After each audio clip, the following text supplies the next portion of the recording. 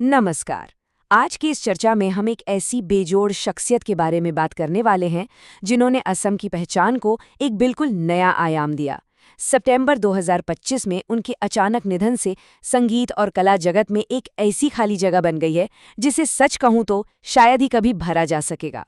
हम बात कर रहे हैं उस महान आइकॉन की जिनका नाम एक पूरे क्षेत्र की धड़कन बन गया था, Zubeen Garg. The soul of Assam, Assam की आत्मा। अब जरा सोचिए, ये उपाधि उन्हें सिर्फ उनकी बेहतरीन आवाज या कला के लिए थोड़ी ना मिली थी। दरअसल किसी एक पूरे क्षेत्र की सामाजिक और सांस्कृतिक आवाज को एकजुट करना, ये कोई आम बात नहीं है।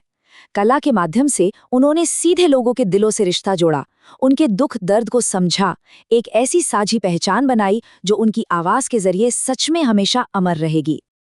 तो चलिए, आज के इस सफर की रूपरेखा पर एक नजर डाल लेते हैं। हम इन 5 मुख्य बिंदुओं पर बात करेंगे। पहला, द सोल ऑफ असम। दूसरा, उनका बहुभाषी संगीत सफर। तीसरा, असमिया सिनेमा का पुनर्जागरण। चौथा, उनका सामाजिक कार्य और परोपकार। और आखिर में उनकी अमर विरासत। शुरुआत करते हैं पहले भाग से, the soul of Assam, the genesis of a giant. इस महान हस्ती की कहानी की शुरुआत होती है 1972 में, मेघालय के तुरा में, एक ऐसे परिवार में जहां संगीत रग रग में बसा था। पिता कविताएं लिखते थे और माँ एक शास्त्रीय गायिका थीं। एक मजेदार बात बताऊं, उनका नाम दुनिया के मशहूर संगीतकार जुबिन मेहता के नाम पर रखा गया था। मानो शिखरों को छूना तो पहले से ही तय था। कॉलेज की पढ़ाई छोड़कर संगीत को पूरी तरह अपनाने का वो फैसला, और फिर 1992 में उनके डेब्यू एल्बम अनामिका की भारी सफलता। और हाँ, 2006 में बॉलीवुड का वो गाना या अली, जिसने उन्हें देश भर में एक आइकन बना दिया। ये पूरा सफर दर्शाता है कि कैसे उनका एक शानदार विकास हुआ, जिसका दर्दनाक अंत 2025 में सिंगापुर में उनके निधन के साथ हुआ। आगे बढ़ते हैं हमारे दूसरे भाग की तरफ, a multilingual musical phenomenon beyond boundaries. उनकी संगीत प्रतिभा कभी किसी एक भाषा या शैली तक सीमित नहीं रही। 1993 के एल्बम ऋतु के शुरुआती ट्रैक्स से शुरू हुआ ये सफ़र आगे चलकर इतना बड़ा हो गया कि शायद ही किसी ने ऐसी कल्पना की होगी। दोतारा और मैंडोलिन जैसे वाद्य यंत्रों पर उनकी पकड़ सच में असाधारण थी। लेकिन अगर उनकी मेहनत और संगीत के प्रति लगन को समझना है तो इस दंग कर देने वाले आंकड़े पर ध्यान दीजिए, 30 से 40। जी हाँ, 30 से 40 अलग अलग भाषाओं और बोलियों में उन्होंने हजारों गाने रिकॉर्ड किए थे। उन्होंने पूरे भारत की भाषाई विविधता को अपने संगीत में बखूबी पिरो लिया था। उनके संगीत की सबसे अनोखी बात क्या थी? वो था उनका बेहतरीन संतुलन। एक तरफ थी उनकी गहरी क्षेत्रीय जड़ें, जहां पारंपरिक बिहू, असमिया लोक संगीत और अनामिका जैसे हिट एल्बम्स के जरिए वो अपनी मिट्टी से जुड़े रहे। और दूसरी तरफ विस्फोटक राष्ट्रीय ख्याति, बॉलीवुड पॉप और गैंगस्टर फिल्म का वो गाना या अली, जिसने सच में पूरे देश को झूमने पर मजबूर कर दिया। इस अकेले गाने ने न सिर्फ उन्हें राष्ट्रीय स्टार बनाया, बल्कि ग्लोबल इंडिया फिल्म अवार्ड में बेस्ट प्लेबैक सिंगर का खिताब भी दिलाया। वो ऐसे कलाकार थे जो एक ही वक्त में गांव के मेले और दुनिया के सबसे बड़े मंच दोनों पर पूरे हक से छा सकते थे। संगीत की इस यात्रा में जॉनरे फ्लूइडिटी, यानी अलग अलग संगीत शैलियों का आसान और सहज संगम, ये उनकी सबसे बड़ी ताकत थी। उन्होंने परंपरागत बिहू और असमिया लोक संगीत को रॉक, ब्लूज, सूफी और हिंदुस्तानी शास्त्रीय संगीत के साथ इतनी आसानी से मिलाया कि एक बिल्कुल नई धुन ने जन्म लिया। यह सच में आसान नहीं था, लेकिन इसने आधुनिक असमिया संगीत को एक नई, ताज़ा और आकर्षक पहचान दी। एक ऐसी आवाज़ जो अपनी परंपरा को बिना भूले आधुनिक दुनिया से आंख मिलाकर बात कर रही थी। अब आते हैं तीसरे भाग पर, रिवाइविंग असमी सिनेमा, डायरेक्टर, प्रोड्यूसर, स्टार।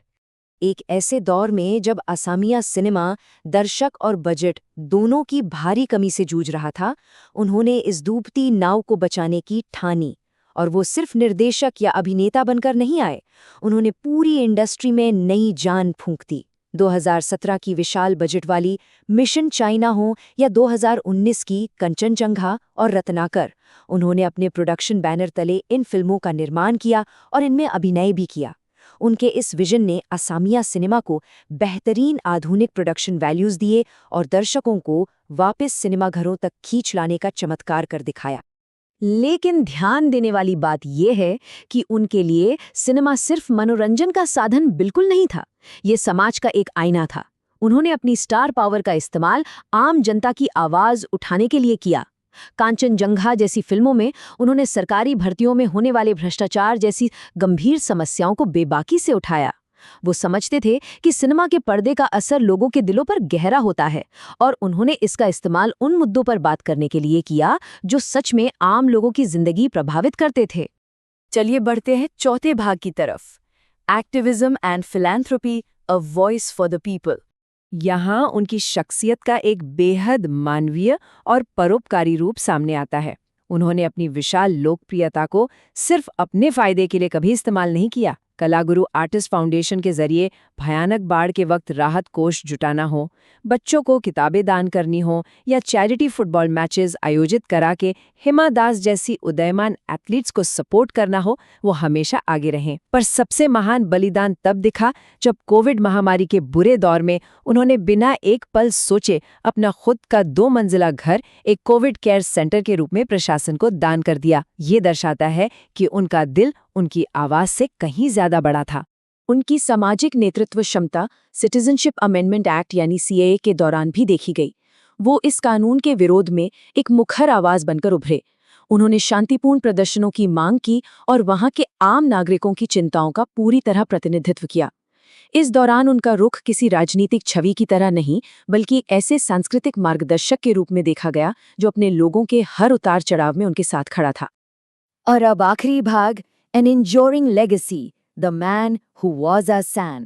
उनका पूरा जीवन एक ऐसी अमर विरासत बन गया जिसका प्रभाव सदियों तक महसूस किया जाएगा। उन्हें इस शानदार सफर में अनगिनत सम्मान मिले। एकोज ऑफ साइलेंस के लिए नेशनल फिल्म अवार्ड का रजत कमल हासिल करना हो या प्राग सिने अवार्ड्स की एक लंबी लिस्ट, उनकी उपलब्धियां अनंत हैं। उनके निधन से ठीक पहले 2024 में मेघालय की university of science and technology ने उनके जीवन भर के योगदान को सराहने के लिए उन्हें मानद डी.लिट की उपाधि प्रदान की थी। पर इन सभी राष्ट्रीय और अंतर्राष्ट्रीय सम्मानों से बढ़कर वो हमेशा के लिए वहां के लोगों के आखिरी हार्ट थ्रॉब बनकर अमर हो गए।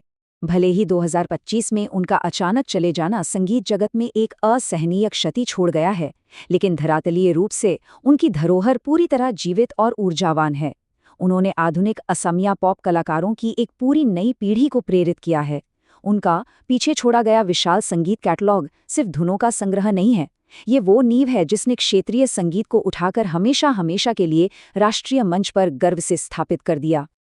आज की इस चर्चा को हम एक प्रेरणादायक सवाल के साथ विराम देना चाहेंगे। जरा इस पर गौर कीजिए, कैसे एक अकेला कलाकार एक पूरे क्षेत्र की पहचान, उसकी आत्मा और उसकी आवाज को अपने भीतर पूरी तरह समेट सकता है। ज़ुबीन गर्ग का बहुआयामी जीवन इस बात का जीता जागता उदाहरण है कि संगीत और कला में लोगों को जोड़ने की कितनी अजीम और ताकतवर शक्ति होती है। आज के सफर में हमारे साथ जुड़ने के लिए बहुत बहुत धन्यवाद।